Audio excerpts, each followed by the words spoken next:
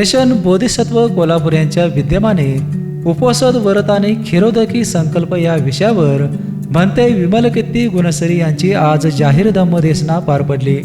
यावेळी उपासकांकडून सामूहिक खीर बनवण्याचा उपक्रम राबवून बंधुतेचा संदेश देण्यात आला। भंते विमलकीर्ती यांनी बाहेरील देशातील आणि भारतातील बौद्ध जीवन पद्धतीतील विरोधाभास सांगितला। स्वतःला शिस्त लावून स्वतःचा विकास साधण्यासाठी वर्षावास पालन महत्त्वाचे असल्याचे त्यांनी सांगितले।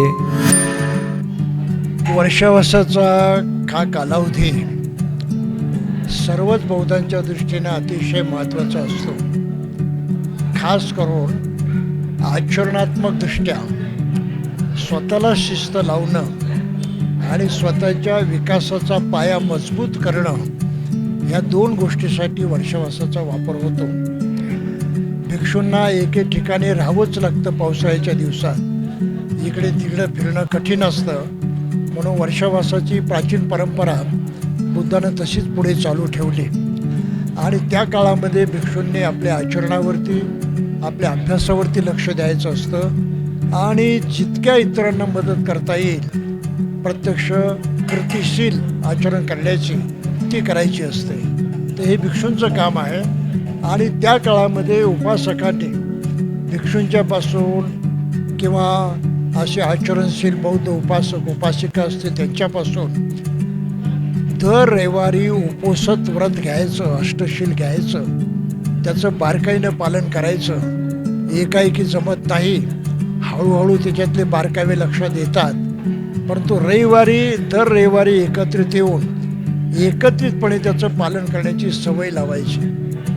कुटुंबाला सवय लागली तर कुटुंबाला शिस्त लागते आणि नुसती शिस्त लागत नाही तर कुटुंबामध्ये आपुलकीची आणि ऐक्याची भावना निर्माण होते।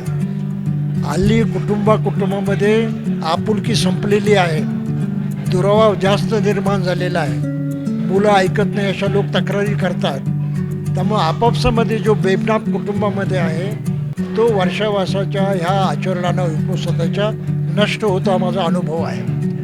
कुटुंब सुखी झालं, आनंदित झालं तर ते शेजाऱ्या पाजाऱ्यांना तसंच आनंद देऊ शकतात, त्यांना ती कला शिकवू शकतात, नातेवाईकांना शिकवू शकतात।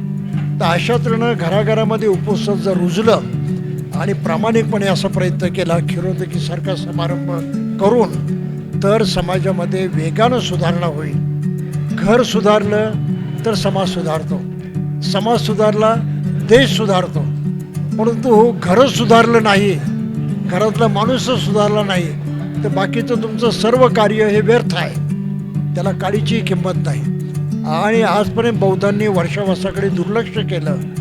बाबासाहेबांनी बुद्धाने त्याच्या धम्मात स्पष्टपणे सांगितलं की आठवड्याला अष्टशील घेऊन श्रद्धेनं उपवासाचं पालन करा असं सांगून सुद्धा लोकांनी ते केलेलं नाही, म्हणून समाजाचं नुकसान झालेलं आहे।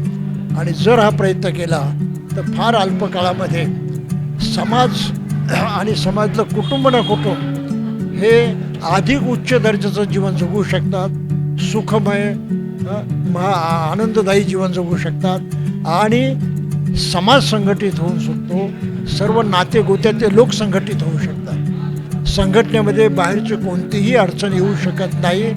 धम्माचं बंधन हे सर्वात श्रेष्ठ बंधन आहे, फक्त ते बंधन आपण स्वीकारायचं असतं आणि ते समाज स्वीकारत नाही, आतापर्यंत स्वीकारलं नाही, म्हणून आपली दुर्गती झालेली आहे।